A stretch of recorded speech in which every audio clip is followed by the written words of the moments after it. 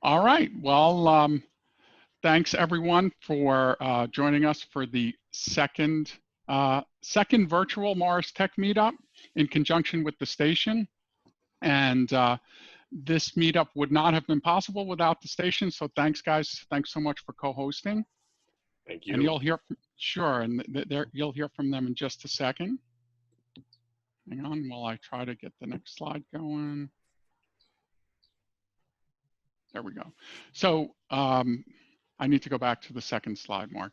So your organizers are Mark Baskin, Nancy Rago, who's on video, or she was a second ago, and Mark runs DigiKist and has some other ventures as well, and Nancy runs a marketing company called Horn Hines, or she works very closely with them anyway. I run a company called iEnterprises. I'm one of your organizers, and Mark has his own venture called Annett Enterprises, but he's a patent agent and he's into a million different businesses, and we'll talk a lot about Mark today, which is a really good thing. So again, I mentioned that this was done in conjunction with the station, and Jeff and Ryan and Michael are here from the station, and Jeff will just say a few words about it, but it's a fantastic facility. I've been there many times myself, and take it away, Jeff. Sure. Thank you very much for the introduction, John, and the kind words. Yes, the station, just give you the quick rundown, is a Chatham-based co-working operation, co-working flexible office space, whichever terms you like to use. We started up in July of last year, and have been going strong ever since. Obviously, we're currently closed to the public. And John, you could hit the next slide. We are, currently in the process, as I'm sure a lot of you running and working for other businesses are in the process of kind of trying to wrap our heads around what the office reentry is going to look like. So we are diligently preparing with our property management team, because we know that a lot of people, if you're like me, working from home, I have a 4-year-old and a 1-year-old at home. So my productivity is not at its peak at the moment. And we know that we're not the only ones. So we're trying to be very diligent about planning our reentry with increased cleaning and janitorial services, like most people, guest policies and kind of restrictions on who can enter. We've kind of kept our promise to our members that their safeties are most important to us. So we are trying to limit their access as well as our own. And we also have we're opening up additional private office space, because obviously that's going to be what is going to make people most comfortable. So we don't need to get into all of that, but we are here and available if any of you are in the Morris County area. Specifically, we're based in Chatham, Madison, Summit.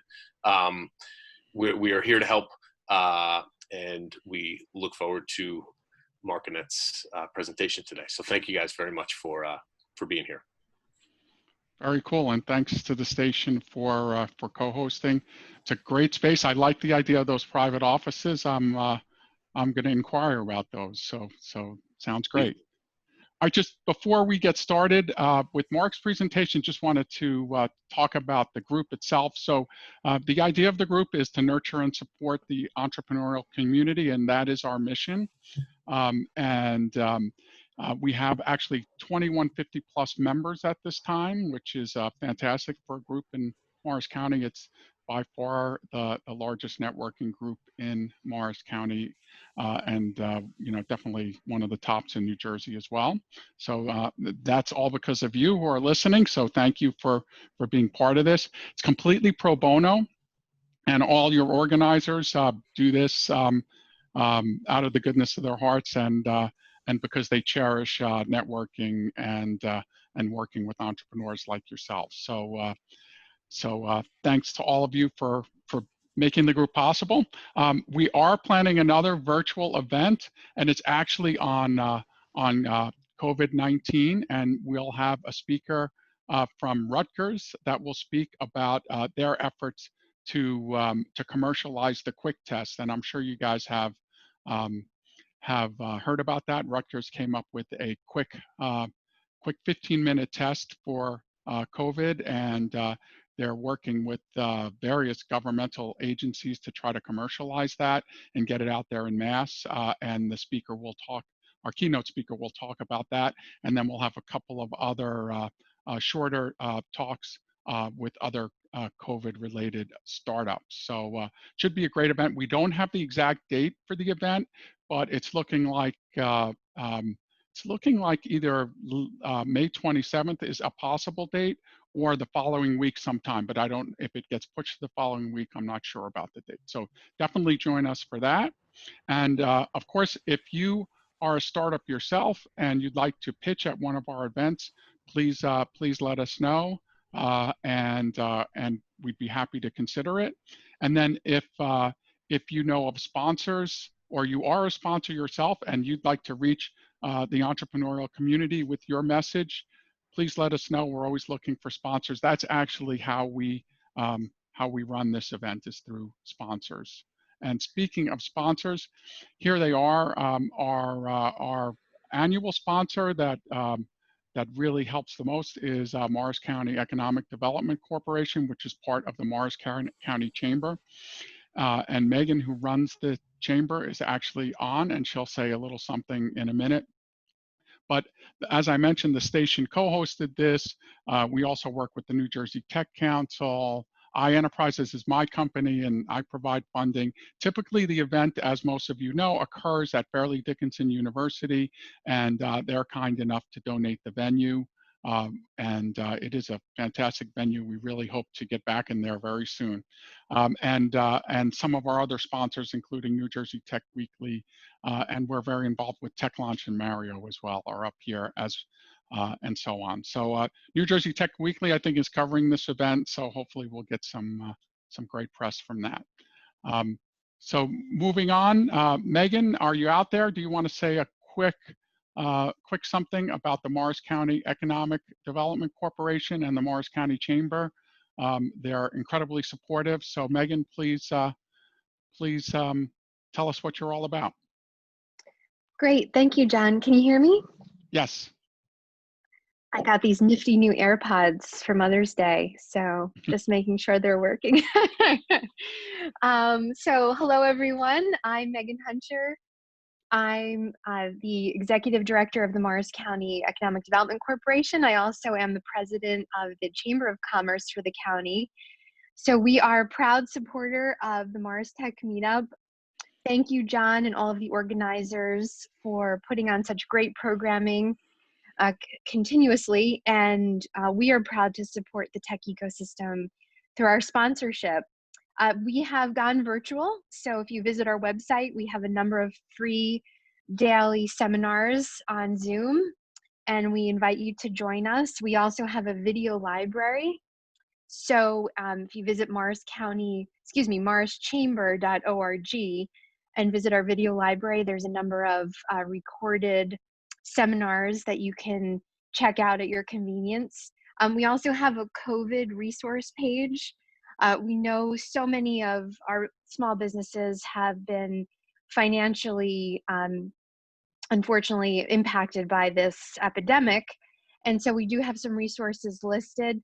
I will let you know that the Verizon Foundation has or will soon be opening up its next grant round. So please Google them. They are looking to support small businesses in addition to all of the different government resources that are available. And finally, we have a task force that we formed with Senator Bucco that will be releasing its report hopefully early next week. I believe Mike Stanzilis is on, who's our Vice President of Membership, and that is actually consulting with businesses in the county to devise very scientific-based, practical ways to reopen. And we're looking forward to releasing that report next week. So thank you very much. All right, thanks so much, Megan. It's certainly an interesting time, and it's good that you guys are really trying to make it easier on these businesses in Morris County. So I am happy to actually introduce Ryan Garibaldi, who will talk a little about our wonderful organizer, Mark Annett, before he takes over the presentation. Go ahead, Jeff. Yes. Oh, I'm sorry, Ryan. Oh, I screwed that up. Ryan, you were going to introduce. One and the same, Mark. almost. You want it, bud? I apologize. Let me try that again. Take two. All right, I'd like to invite Ryan Garibaldi to talk a little bit, and he's been working with Mark Annett on his presentation, and Ryan will introduce Mark Annett, who's one of our wonderful organizers. That was better. We should have recorded and played this. Go ahead, Ryan. No worries. So let me introduce Mark Annett, who is our awesome guest speaker, who we have worked with over the last couple months or so, putting together some cool presentations, some good things coming in the pipeline. First and foremost, he designed spinal implants, as well as worked on some heart pumps. He's also an angel investor, as well as a patent agent. He's also a lean startup competition winner, and he also teaches some courses at NGIT. He also runs a think tank, and he's involved in some intellectual property, anywhere from robotics and snack food. So with that, Mark, please take it away. You better not leave out the music production part either. We found out that Mark also has a music background, which he'll get to at the end in the Q&A section, just to tease that. Most important part, correct. Thank you for that. I am actually a blues singer, but I'm not gonna be singing the blues today in terms of the presentation. I'm here today to talk about Maslow's meets the business model canvas. And it's a classic coming together of two things. It's like chocolate and peanut butter coming together when you combine these two things, you get something more than they are apart. And as Ryan mentioned, I actually am a lean startup aficionado. I actually won New Jersey's first lean startup competition. And I actually do occasionally lecture doing lean startup at NGIT. But I actually don't teach, in the companies that I work with, I don't actually teach lean startup anymore by itself. I teach what I call the lean grown-up business method, which is a combination of the lean startup, the business model canvas, which is the tool that I'm going to focus on today to really talk about. And then there's another tool which you might not have heard about, but is the where to play tool. And the where to play actually has its own little pyramid. The where to play is a really valuable tool that helps you decide whether or not you should even start this business, whether or not it's going to be a gold mine or be something that you potentially should shelve because you don't have the resources yet. The other thing that I do is I also focus in the final tool that I really bring to bear is the reverse the engineering, the valuation of the company in terms of where they are. This is really important to give companies, young startup companies or existing companies, a real idea of where they stand, because most people's idea of valuation is way out of line in terms of what they can get. But today I want to focus in on what I believe is the essential tool.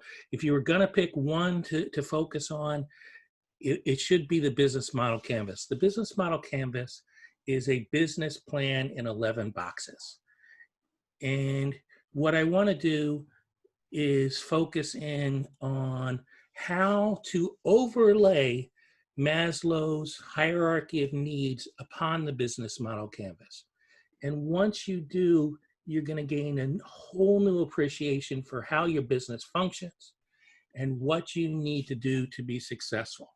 So I want to, just to get us caught up, to kind of walk through what Maslow's hierarchy of needs is. And I have to start with a quote from Richard Pierce. Richard Pierce is a master salesman. He actually teaches the techniques of coercive persuasion. And all sales occur when someone is at the self-actualization phase, when the prospect is seeing themselves is able to see themselves in the future enjoying your product or service. And it's really crucial that you get them there. The myth of an entrepreneur is that if I solve someone's needs, then everyone in the world will line up to buy my product. And for those of us who are in the know, what we typically respond is, you can't market to everybody. It's just way too expensive to do this. And you need to find your niche and you need to start there. And this is one of the hardest things to convince an entrepreneur in terms of what they do. And their question is really why? Well, taking it to the Maslow's hierarchy of needs, it's because all sales occur when the prospect is seeing themselves in the future enjoying your product and service. It is when they're at self-actualization that you can actually garner a sale. These are the people that are your niche, the people that will see it, immediately understand and buy it. If they're at a lower level, everyone has to move up the pyramid from where they are in order to get sales in terms of being successful. And the lower they are on the pyramid, the more work that you have to do. And the colors are actually important. If you walk in to sell your product or service, and the person that you're trying to sell it to they're in survival mode. They're looking at basic needs in terms of how to function. You should just say, hey, I understand that you have these issues that you're trying to solve, and these are your priority. You're not going to be looking for something new.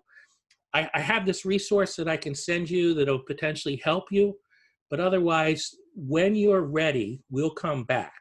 If they're far enough down, if they're just looking at physiological needs to keep their company going, you're wasting your time to try and sell it to them. As they get further up the pyramid, and I'll talk a little bit more about this when I get to the esteem phase, but most of the time when you've got a sales contact, the person is at esteem, so you only have to move them up one level to get sales. And during the conversation, they may fluctuate up and down the pyramid in terms of where they are, but you need to get them to the point where they are, when they've tried on your solution, they actually can see the future. So again, all sales occur at the self-actualization phase. And just to highlight that, if you look at one of the physiological needs is you need for food. So and I want to differentiate here between sales and purchasing. Sales are when you actually need to make a decision. But if you're in the grocery store, you're shopping, and you're at the checkout for that, and you see those Reese's peanut butter cups, you're not buying them to fulfill the need of hunger, although they potentially do it. You actually make that final purchase because you're envisioning yourself enjoying that peanut butter cup. You're imagining, you're tasting, and that overrides every other impulse that you have in terms of diet or whatever, because you've gotten to the self-actualization around that. If you look at a purchase higher up on the level, like deciding where you're going to go to college. For those of us who remember that you evaluated a lot of schools, you were in the decision-making process, but you typically finally made that decision because you imagined yourself enjoying the benefit and you could see yourself in that environment succeeding. So you need to get all of your prospects up there. And I'm focusing in on sales, which is maybe a little surprising, but sales and customers are the most essential resource that your company can have. So in terms of Maslow's hierarchy of needs, the first need is physiological. These are needs that are related to human survival. And from a company-wide, they're based on company survival. But we'll just talk about human beings. There's the need for food. the need for air to breathe. There's clothing to keep you warm. There's sleep to keep you rested and your body nourished. And as Maslow said, there's also sex. And sex is a very important need for continuing on and being successful and thriving. As soon as you've satisfied all of your physiological needs, you immediately transitioning to looking for safety and security.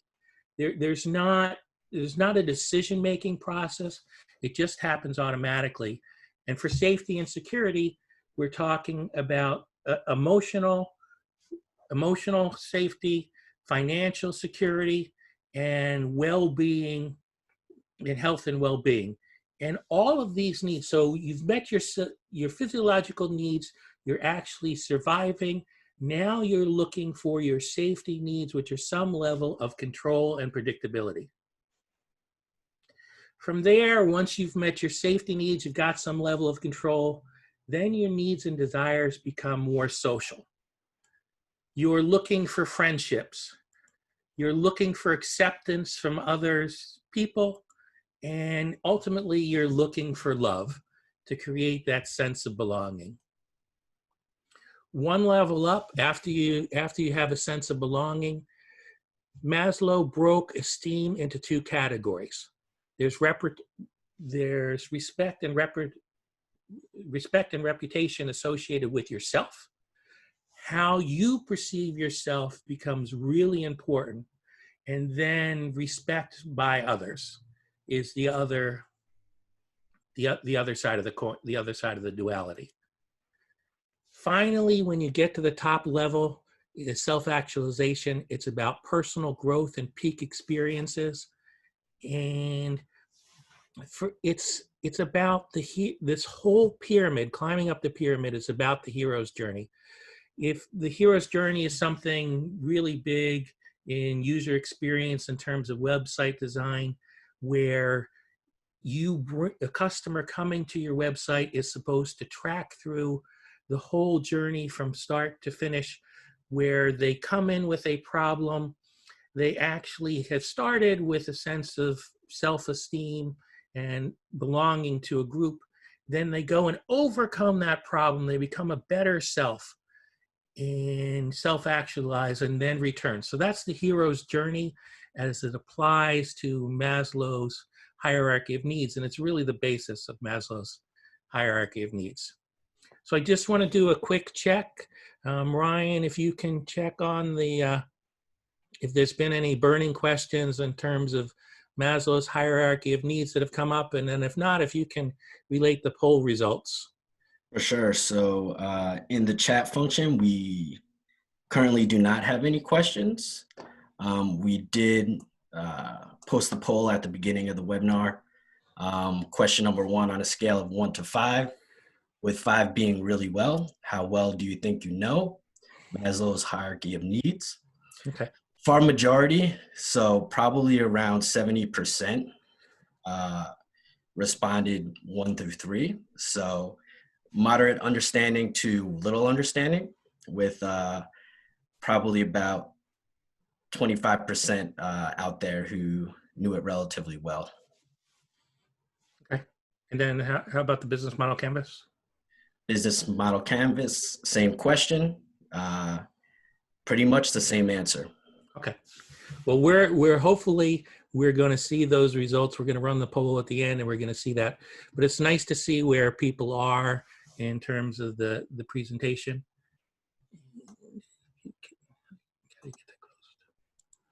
So I'm going to continue on to talk about the business model canvas, which was the other piece of the poll. As I mentioned, the business model canvas is probably the most important tool for your business. If you don't have one and you're dealing with the COVID-19 crisis with your company, this would be an ideal time to actually go through and create the business model canvas, to actually see where you are. And you're actually going to walk away with an advanced understanding of how to do it.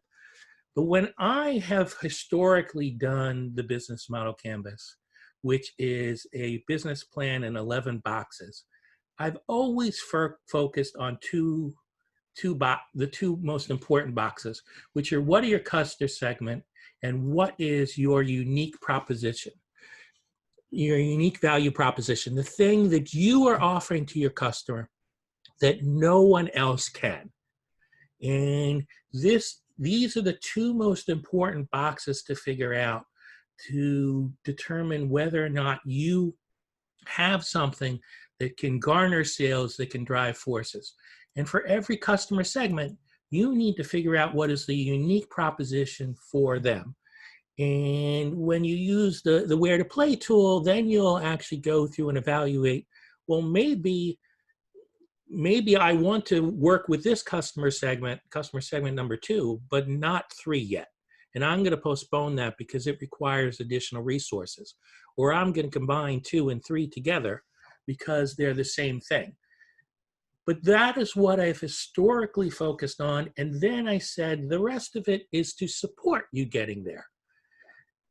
By overlaying the business model canvas on top of it, what you're going to see is that it's actually essential that you have all of the elements associated with the business model canvas in order to succeed, in order to get to deliver the unique value proposition to the customers. So in terms of physiological needs, how they match up on the business model canvas, you have your key activities. These are your activities like breathing, sleeping. These are the daily activities that you are going to engage in on a daily basis and how they're going to work. Your cost structure down here in the corner is how you spend your money. So how you spend your money determines what you're doing, what your expenses are. These are your rent for your building. These are your salaries. These are the things that if you don't have the resources in place to do this, you are in survival mode. Your company is not going to be able to succeed in terms of what you get. Now, your customer segments, they're like, in terms of Maslow's hierarchy of needs, that's your sex. Okay, that's the thing that you need. That's the thing that you chase after. That's the thing that you strive to get. That's your customer segment, and that's how they match up and align in terms of doing this. So those are your physiological needs. Again, you have to meet these in order to be successful. And again, if you don't get customers, there's no longevity. Okay, you're gonna wither and die away. Next up, in terms of once you've got your physiological needs, are your safety needs. There are actually, in terms of the business model canvas, there's your regulatory requirements, and there's 2 components. There are things that you have to comply with, and you also want to record in this box things that your customers have to comply with, any regulations, because they'll impact how you do your business. The other thing down in the bottom right-hand corner is your revenue streams.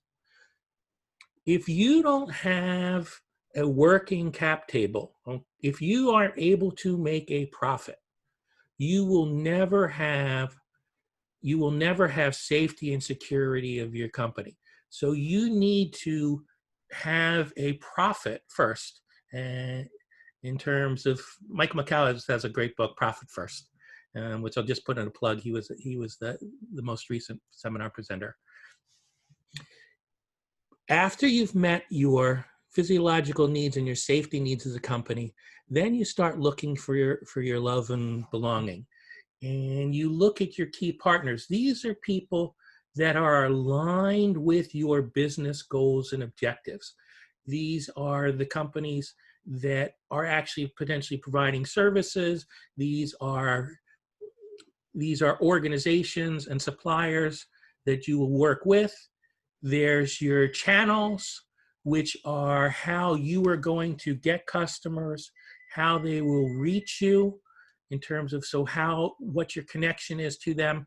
And then down at the bottom is your competition. And your competition, you need to figure out where you belong and fit within the others in order to be successful. And I just want to take a little step here before I go on. you have to be meeting all of these needs, and you can be a successful company, kind of, or a moderately successful company, just having all of these things in place. Okay, but you're never going to be a company that soars to new heights, that is being all it can be without the next pieces. And what will happen is, as you find and as your needs change, you're going to move up. And the next thing that you're going to be doing is looking at esteem. And with esteem, there are two things. There's esteem for oneself. These are the key metrics that you are going to measure and how you're going to track that your company is successful. And then there's esteem by others. So in terms of customer relations, it's how do your customers engage with you and how do you want to be perceived by them? That's what goes in this box. So now we're actually closing in, and all of the other pieces surround the last box, which is self-actualization. This is your unique value proposition that only you as a company bring, that no one else does. This is your self-actualization. This is your looking for peak experiences for both your customer and for both your customer and yourself in terms of doing this. So all of these boxes, all of these other resources allow you to fulfill your customers' needs. And if you're not meeting any one of these, if you're not working, if your company is struggling, look to solving, okay, your physiological needs first. Get that house in order. Okay, once you've met the basic needs, you actually have customers, you're getting revenue, then look at switching towards safety and security in terms of what your business, making it stable, allowing it to grow. Then as you're able to grow, then you figure out your relationship in terms of where you are and how you work with others. Now, as a company, you will, as crises come into being, you're going to flow up and down. So all of us right now, or many companies right now because of COVID-19, are actually looking at basic survival in terms of what they're doing. They're looking, and their customers are looking for safety and security in terms of how they're going to move forward. They're not ready yet. They need to put in place all of these other structures so that they can get back on track to self-actualization.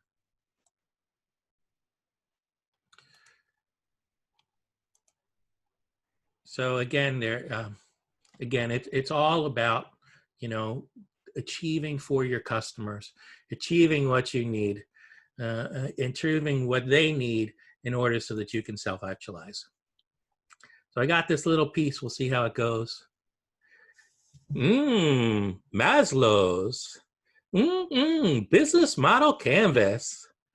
Hey, you've got your business model canvas in my Maslow's. What?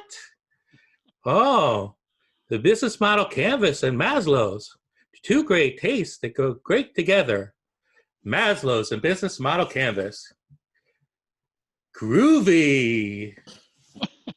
Excellent. Do you want to mention that the poll's up real quick? The polls up. We actually, this is a re-voting based on what you're doing. As we've gone through the presentation, I've tried to take you through, structurally explain what Maslow's is important, how it's important structurally, and then align them to the business model canvas so that you can have a deeper understanding in terms of what we want to do. Now I want to turn it over to Ryan and see what sort of questions have come up. Oh, totally. Thanks, Mark. And that was probably a little brain fart on our part, because at the beginning of the presentation, we didn't specify any questions, just direct them to the chat feature. So I guess we'll give everybody a couple minutes. If you have any questions, feel free to throw them in the chat function, and we'll recite them back to you, Mark. Yeah, one thing I'll say, this is John, is when we went into quarantine, I was really focused on revenue streams. It's funny you said that. It was like, whoa, like what's going on with my revenue streams? Are they increasing or decreasing? And actually, amazingly, they increased, which was a very pleasant surprise. But that was an interesting call out. That and the peanut butter cup commercial was really good. I actually hadn't intended that to actually. I couldn't get my audio to play in terms of the along with the Oh, video, so I actually had to overdub that. oh, that was great. I thought it was better than the original. Yes, definitely put yourself out there more. That's for sure. All right. So I guess I'll ask a question then. So if I really wanted to do this for my business, you know, how long does it take? Like is it an event, something you could do in a day, in a few hours? What do you think? Or is it just a living, breathing thing? It depends whether or not you have a facilitator to do this. Usually what happens when I'm actually doing it with my companies that I'm working with or a new team is it's usually about 3/4 of a day in terms of doing it. So there's some prep where you actually work with the customer, work with the person who, a business leader like yourself, to have a preliminary conversation, to get some ideas structurally, to potentially do a little background research. But then you come in and you actually work on the two most important boxes, the customer segments and the unique value proposition. And that's what you spend the first part of the day doing. And then you spend the rest of the day refining and filling out all of the other boxes in terms of what you're doing. But those are the two most important boxes to do: your customer segment and your unique value proposition. Then you structure everything in order to be able to meet those two goals. And can you share like a realization that occurred in one of these sessions, maybe that where a company or a startup was just like, hey, like I was doing everything wrong? Well, I will share. So one of my clients or one of my business partners is Michelle Valdespie. She's the inventor of the litter lift, and the litter lift is she's actually a 73-year-old cat lady, and she has severe arthritis, and she was unable to bend over and pick up her kitty litter to actually clean it out. And she was actually looking at having to give away her family, her kids. And she was going through severe depression, and she got busy inventing a kitty litter lift. And at the push of the button, what it does is it picks up the kitty litter, raises it up so that she can clean it out, and then she pushes the button and then it goes back down. In terms of going through the business model canvas, and actually some of it was through customer discovery, in terms of, and I was originally, I poo-pooed her company. I told her, I don't think that you've got a business here, that you have a chance of succeeding. But what we found out is that pet owners, actually seniors who are pet owners, actually take more pain relievers than their peers. And the reason is that they actually can't sit on the sofa and do nothing. If you have a pet, you have to take it out for a walk. You have to clean out the litter box. You have to engage in some activities in order to support them. So they're actually consuming more pain relievers. And what the value proposition of the litter lift became was we change your experience with your pet from a caregiver back to a pet owner. because now caring for your pet is no longer a burden. And being able to share that value proposition with the person and have them understand that they now, mom and dad, or, you know, if I'm buying it for my mother or father, okay, they can go back to being a pet owner rather than a caregiver, was just a tremendous insight. And now everything, the marketing became associated with that. We knew the value in terms of doing it. I hope that answers your question. Just as a quick example, that was the one that came to mind first. That was a great example. Thank you. Has any other questions come through on the chat? I actually can't see the chat on my. No, just a comment from Rhonda. Pets are masters. Humans are the slaves. We serve them. Amen to that, Rhonda. Yeah, I saw a funny meme on Facebook about that. It was like a picture of a cat and the cat saying, "What are my servants doing around all day? They're supposed to leave and leave me alone." It was cute. Very cool. And Well, Mark, and one more question is like, so do you do this on a regular basis? Like, is this something, if somebody wanted to do the business model canvas with you, how would they approach it? Would they just give you they can contact me in terms of doing it. There's a lot of resources. I'm available. I would like to put in a plug. I don't know if Judith Scheft is on the line, but NJI, actually New Jersey Innovation Institute, runs a great accelerator program. If you can get in there, and they actually run it. They run a health tech program, which I've lectured in, and then they run others. So this is, all of this pieces are a part of that. So there are resources that companies can get. I am obviously available if people want to do it. If I end up being involved in your company as an angel investor or someone, then obviously I'm going to be doing this because I want to make sure that my investments are going to succeed in terms of. But there's my contact information. I will point out, if there's my LinkedIn profile.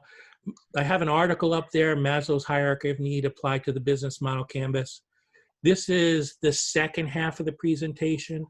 It doesn't really talk about Maslow's in terms of sales, in terms of how you use that in the self-actualization. That was a phenomenal thing for me when I figured that out and realized that was like the light bulb finally went off when I finally accepted that idea and didn't fight it. Can I throw something in, Mark, for a moment? Sure. Okay, going back to your animal thing, okay, we started a company a few years ago called Blue Buffalo Dog Food, Cat Food. It was interesting because most of the cans were selling for $1, and we were going to sell ours for $3.50 because our product was pure. And the question was, why would somebody spend $3.50 for a can when they can buy it for $1? And the answer was, okay, treat your animals as if they're part of family. And if they were part of family, then they no longer were food. And we moved up the Maslow triangle. And as you know, Blue Buffalo became a very big success. So it's a very interesting phenomenon. You're absolutely right. And that's a perfect example in terms of illustrating that. And that's figuring out what your value proposition is and being able to deliver it.